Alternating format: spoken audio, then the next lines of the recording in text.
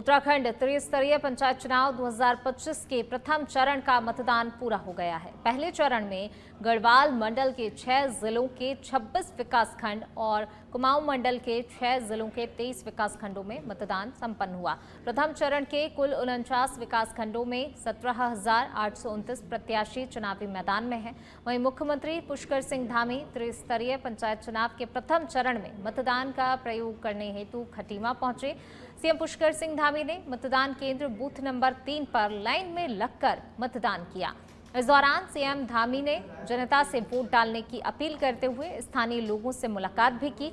CM Pushkar Singh Dhami ने जनता से vote की अपील करते हुए गांव के विकास में अपनी सहभागिता सुनिश्चित करने की अपील की। तो देखिए, 12 जिलों में 49 विकासखंडों में आज मतदान, पहले चरण का मतदान संपन्न हुआ। 26 लाख से अधिक मतदाताओं ने जो है अपना वोट किया। सीएम धामी ने भी देखिए वोट डाला है अपनी मां के साथ। उन्होंने पहुंचकर अपने मताधिकार का प्रयोग करते हुए मतदान किया है। उत्तराखंड में पहले चरण का पंचायत चुनाव आज संपन्न हुआ है। चुनाव के लोगों में बहुत उत्साह है। बड़ी संख्या में लोग घरों से निकल कर आ रहे हैं और निश्चित रूप से बहुत सब संकेत आदरणीय प्रधानमंत्री श्री नरेंद्र मोदी जी के नेतृत्व में पूरे देश के अंदर इस प्रकार से हमारी ग्राम पंचायतें, हमारी त्रिस्तरीय पंचायतें मजबूत हुई हैं। कहीं न कहीं ये चुनाव इस लिहाज से बहुत महत्वपूर्ण होते हैं। इसलिए मैं सभी से अपील करता हूँ कि हमारी अंतिम इकाइयाँ जो ग्राम सभाएँ हैं, उन ग्राम सभाओं को मजबूत करने के लिए, उनके विकास में अपना योगदान सुनिश्चित करने।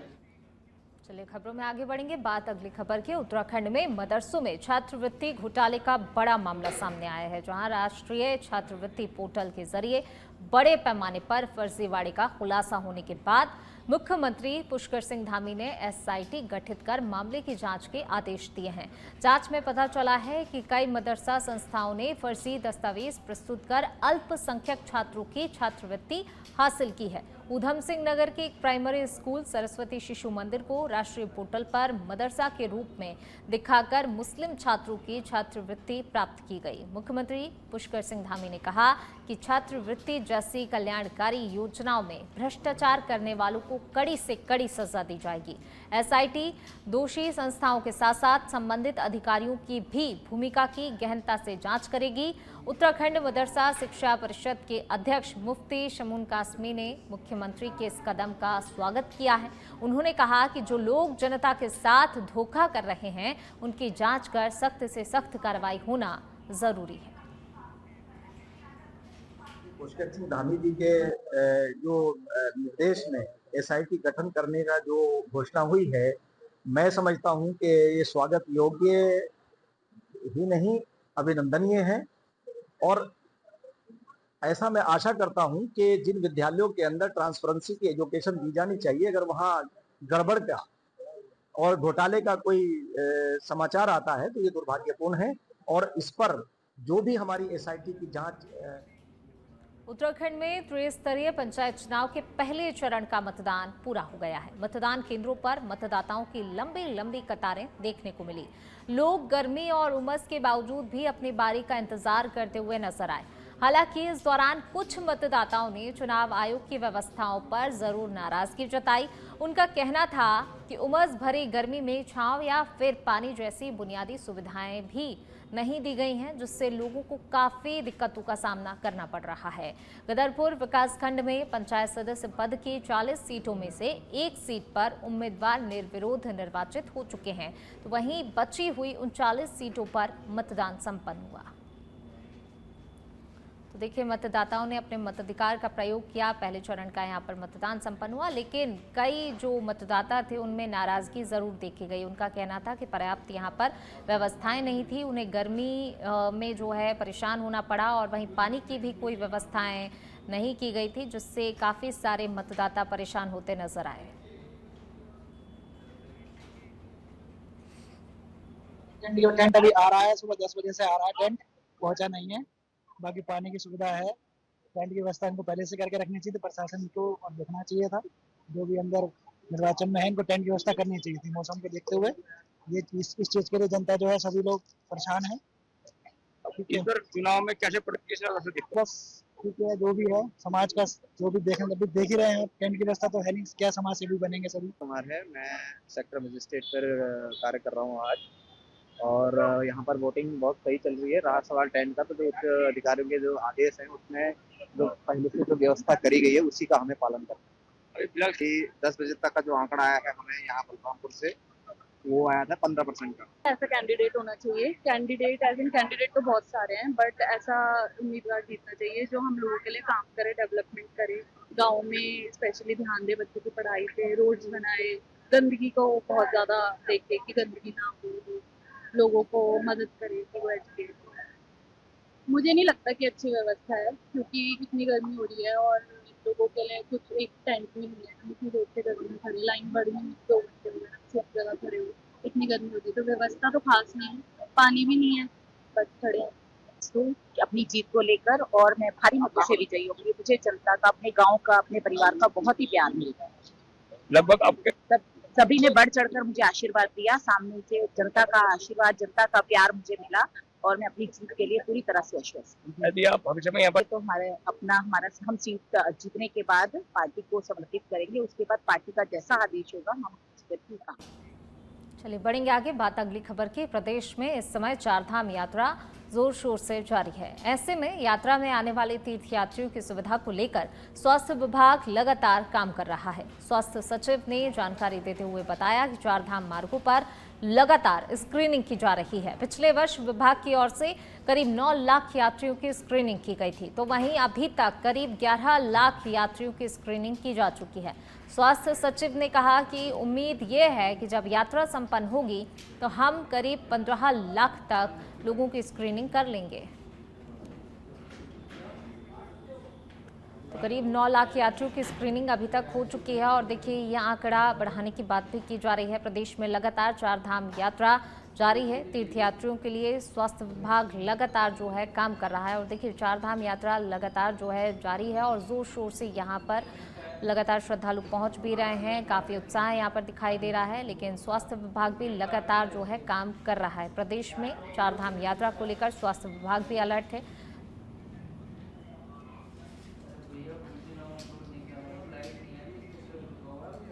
तीन चार सालों से लगातार चारधाम यात्रा जो है यात्रियों के दृष्टिगत उनको और सेफ तौर पे विकसित करने के लिए विभाग की ओर से पूरे प्रयास किए जा रहे हैं, लगातार किए जा रहे हैं।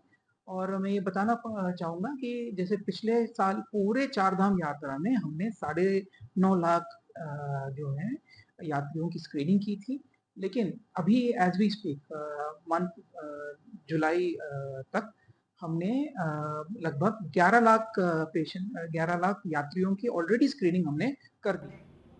चलिए बढ़ेंगे आगे। खबर जशपुर के गांव मेघावाला से है, जहां पर ग्रामीणों ने अपने राशन डीलर के खिलाफ कड़ा विरोध दर्ज कराया है। गांव के लोग तहसील परिसर पहुंचकर खाद्य विभाग कार्यालय के बाहर प्रदर्शन करते हुए राशन डीलर सुधीर कुमार के खिलाफ कार्रवाई की मांग कर रहे हैं। तो वहीं ग्रामीणों का आरोप है कि सुधीर कुमार, जो कि मेघावाला गांव का अधिकृत राशन डीलर है, वह जानबूझकर गांव के लोगों को परेशान कर रहा है और राशन वितरण में अनियमितताएं बरत रहा है। डीलर पंचायत चुनावों के मद्देनजर गांव का माहौल खराब करना चाहता है। इसके साथ ही ग्रामीणों का कहना है कि दुकान पर पर्याप्त राशन उपलब्ध होते हुए भी लोगों को राशन नहीं दिया जा रहा है। तो देखिए, राशन को लेकर ये लोग परेशान होते नजर आ रहे हैं और इन्होंने राशन डीलर पर गंभीर आरोप लगाए हैं। भ्रष्टाचार के आरोप, अनियमितता के आरोप इनकी तरफ से लगाए गए हैं। ग्रामीणों का कहना है कि देखिए, पर्याप्त राशन है दुकान में, लेकिन उसके बावजूद भी इन्हें जानबूझकर जो है राशन डीलर परेशान कर रहा है। माहौल वो खराब करना चाहता है कहीं ना कहीं, और इसी के चलते उन्हें राशन नहीं दिया जा रहा है। और अब इनकी नाराजगी सामने आई है। इन्होंने नारेबाजी की है, राशन डीलर के खिलाफ अपना आक्रोश जाहिर किया है।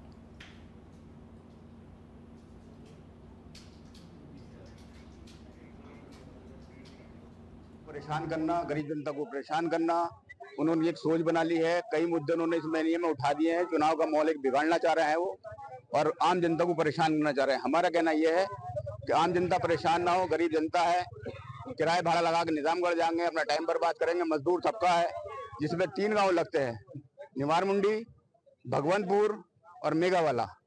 तीनों गांवों का राशन यहीं बटता है। और हमारी ये मांग है कि वहाँ का राशन वहीं गाँव में गवाले में बटे, कहीं बाहर ना भेजा जाए।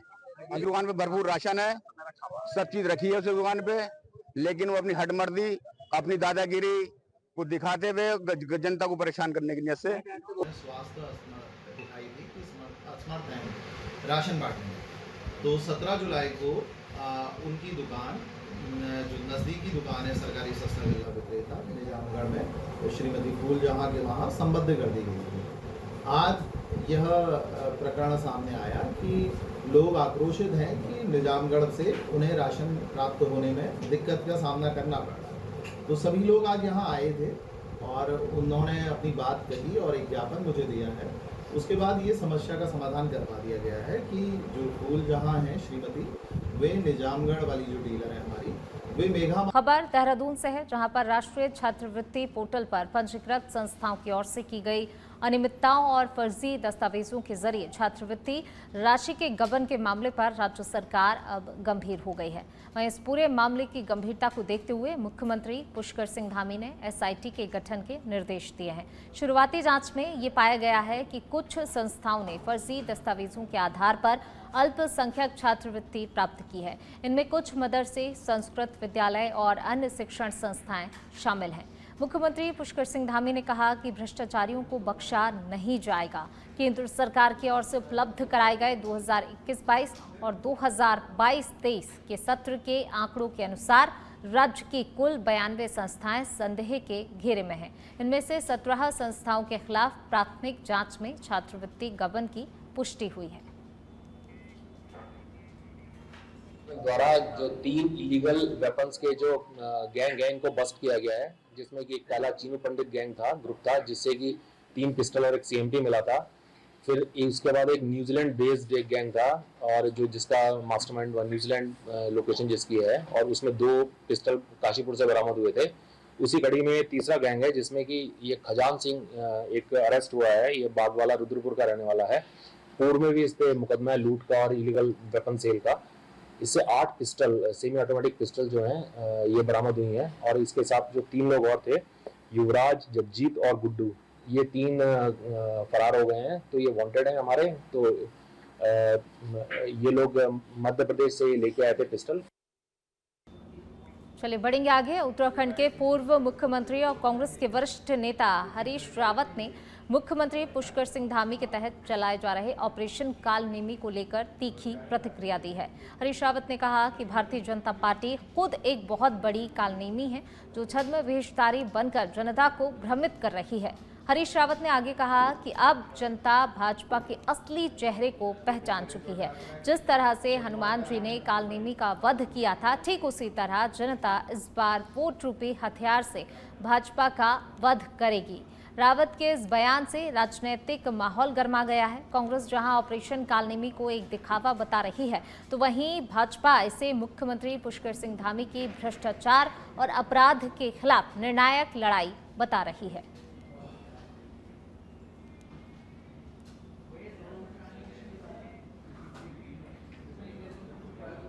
का जो फैसला आया बहुत स्वागत योग्य है, और हमने पहले भी, चूँकि हमने जो भी निर्णय लिया था वो आने वाले श्रद्धालुओं के लिए, कांवड़ियों के लिए, तीर्थयात्रियों के लिए लिया था जो देवभूमि उत्तराखंड आते हैं।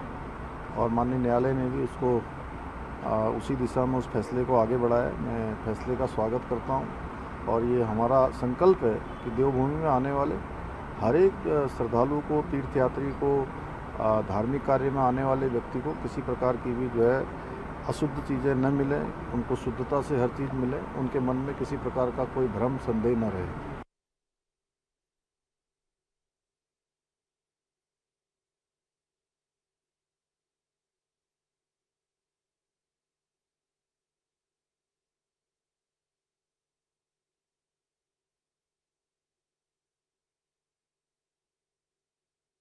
चलिए पढ़ेंगे आगे बात अगली खबर की। उत्तराखंड के पूर्व मुख्यमंत्री और कांग्रेस के वरिष्ठ नेता हरीश रावत ने मुख्यमंत्री पुष्कर सिंह धामी के तहत चलाए जा रहे ऑपरेशन कालनेमी को लेकर अपनी तीखी प्रतिक्रिया दी है।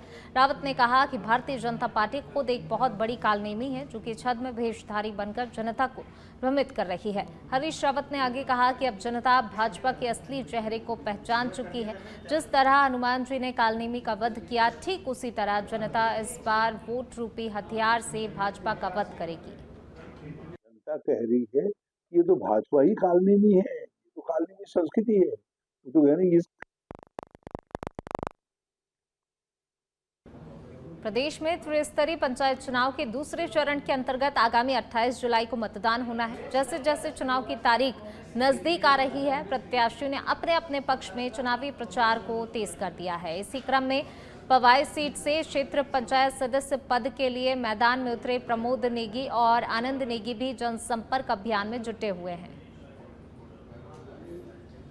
क्षेत्र पंचायत की सीट है, एक छोटी सीट है, इसमें लगभग 9 गांव हैं और लगभग मैंने 4 बार इनका पूरा भ्रमण कर लिया है और जहां भी जा रहा हूं लोगों से प्यार और आशीर्वाद मुझे मिल रहा है। उत्तराखंड में त्रिस्तरीय पंचायत चुनाव के पहले चरण को शांतिपूर्ण और निष्पक्ष ढंग से संपन्न कराने के उद्देश्य से डीजीपी दीपम सेठ ने सभी जनपद प्रभारियों के साथ एक महत्वपूर्ण समीक्षा बैठक की। महाशिवरात्रि के पावन पर्व के साथ ही हरिद्वार में चल रहा भव्य कांवड़ मेला शांतिपूर्ण ढंग से संपन्न हो गया। 13 दिनों तक चले इस ऐतिहासिक यात्रा में श्रद्धालुओं की रिकॉर्ड तोड़ भीड़ उमड़ी, जिससे शहर पूरी तरह से शिवमय हो गया। से उनके जल को आज यहाँ दक्ष मंदिर पर लाके अभिषेक किया गया। समस्त जितने भी कांवड़ यात्री यहाँ आए हैं और जितने भी लोग इस पूरे कांवड़ यात्रा के साथ जुड़े रहे, जिसमें आप लोगों के माध्यम से जो मीडिया कर्मी, हमारे जो यहाँ के लोकल के जितने भी लोग हैं, उन सभी की मनोकामनाएं पूर्ण हों, उसको लेकर जिला प्रशासन, पुलिस प्रशासन के द्वारा यहाँ अभिषेक किया गया। पिछले 14-15 दिन काफ़ी ज़्यादा चैलेंजिंग थे, लेकिन जिस तरीके से लोगों का उत्साह देखने को मिला, जिस तरीके से लोग करोड़ों की संख्या में यहाँ आए और बहुत ही डिसिप्लिन से लोगों ने अपने जल को उठा के अपने अपने गंतव्य स्थलों पर वो किया। मैं इसमें सभी का धन्यवाद देता हूँ। मैं माननीय मुख्यमंत्री जी को बहुत धन्यवाद देता हूँ, जिनकी प्रेरणा से पुलिस और प्रशासन ने एक सूत्र में रह के पूरी कांवड़ यात्रा को बहुत अच्छे से संपन्न कराया। मेला काफ़ी चैलेंजिंग था इस बार, क्योंकि काफ़ी शुरू से ही हमने देखा था कि इवन 11 तारीख के पहले से बहुत कांवड़ यात्री आने लग गए थे और जैसा मुझे हम लोग ने एक्सपेक्ट किया था कि जो संख्या है वो अभी तक के किसी